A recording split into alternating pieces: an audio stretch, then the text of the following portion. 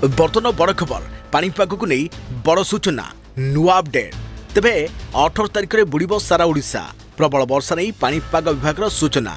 सतर्क रुह आसूची आउ एक लघुचाप तेबे जानिबा संपूर्ण अपडेट केउं सब जिला को सतर्क सूचना दिया जाइछि एवं कोन रहिछि डिटेल्स इन्फॉर्मेशन ता पूर्व वीडियो को लाइक करंतु जदि पारुछंती आपनकर संग साथी मानको वीडियो को शेयर करनियतु जदि फ्रेंड्स आपण माने हमर ई चैनल ले नुआ ही वीडियो देखचोंती पूर्व केबे भी सब्सक्राइब करनाती तबे निहाती चैनल को सब्सक्राइब करे सहित पाखरे आस्तुबा बेल आइकन को बजे रखतांतु तबे किछि दिनर विरति परे पुणी भिजिबो सारा ओडिशा पुणी थे पानी घेर सारा राज्य ओबटोब होगा जाऊे कारण आसंता 18 तारिख ओडिशा को आउ एक बड़ वर्षा हेबार संभव रही एने भुवनेश्वर आंचलिक पाणीपाग विभाग पक्षर सूचना जारी कर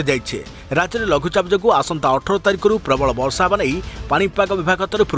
सूचना दी जाइए तेज पाणीपाग विभाग सूचना अनुसार उत्तर पूर्व तथा पूर्व केन्द्रीय बंगोपसागर घूर्णिबलय सक्रिय रही तेणु यह प्रभाव में आसंता 18 तारिख बेले को लघुचाप क्षेत्र सृष्टि होगा नहीं संभावना रही पाणीपाग विभाग सूचना जारी करिছে तेज आसंता 4 दिन मध्य उत्तर बंगोपसागर अंचल में लघुचाप क्षेत्र सृष्टि होवार संभावना रही एने भुवनेश्वर आंचलिक पाणीपाग केन्द्र पक्षर ओडिशावासी को सतर्क सूचना जारी होइছে तेज राज्य में पुणी हेब प्रबल वर्षा आज प्रबल वर्षा नहीं 13 जिला को येलो वार्निंग जारी कर तेज से समस्त जिलागुड़िक हूँ बालेश्वर भद्रक जाजपुर कटक खोर्धा नयागढ़ गंजाम अनुगुल ढेंकानाल केन्दुझर मयूरभंज बौद्ध और कंधमाल।